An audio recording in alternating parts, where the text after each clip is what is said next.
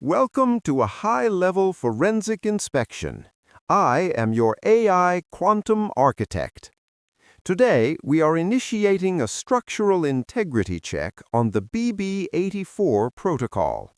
Our mission is to deconstruct the Intercept-Resend attack, a primitive but fundamental intrusion method that tests the very laws of quantum physics.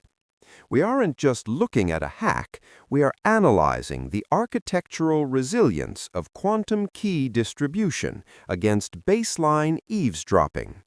Welcome to the vault. To identify a breach, we must first validate the zero state, a critical phase where the system operates in a complete vacuum, entirely free from external interference. Observe our operational baseline on the primary monitor. Our system core is currently synchronized with a rotation speed of 3,600 RPM and a data throughput of 18.5 terabytes per second. Most critically, our quantum stability is holding at 99.9%.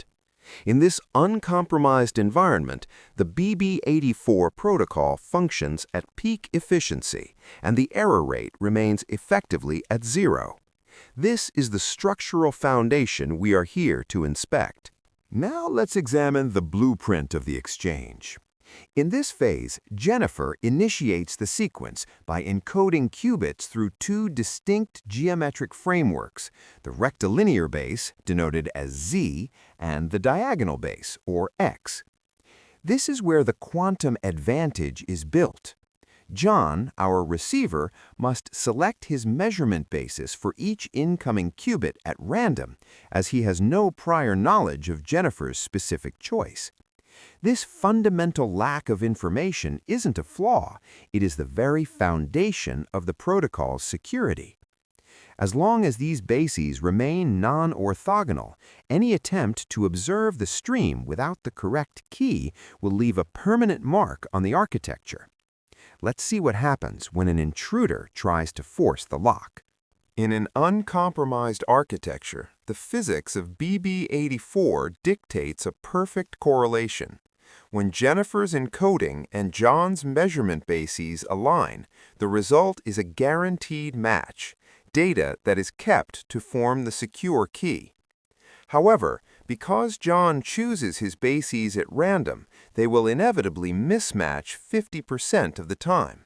These instances are identified and discarded during the sifting phase. In this zero-state environment, our quantum bit error rate, or QBER, remains effectively at zero. This absolute stability is what we use as our detection baseline. Any deviation from this zero point is our first indicator of a structural breach. We have a confirmed breach. Enter Eve, our adversary.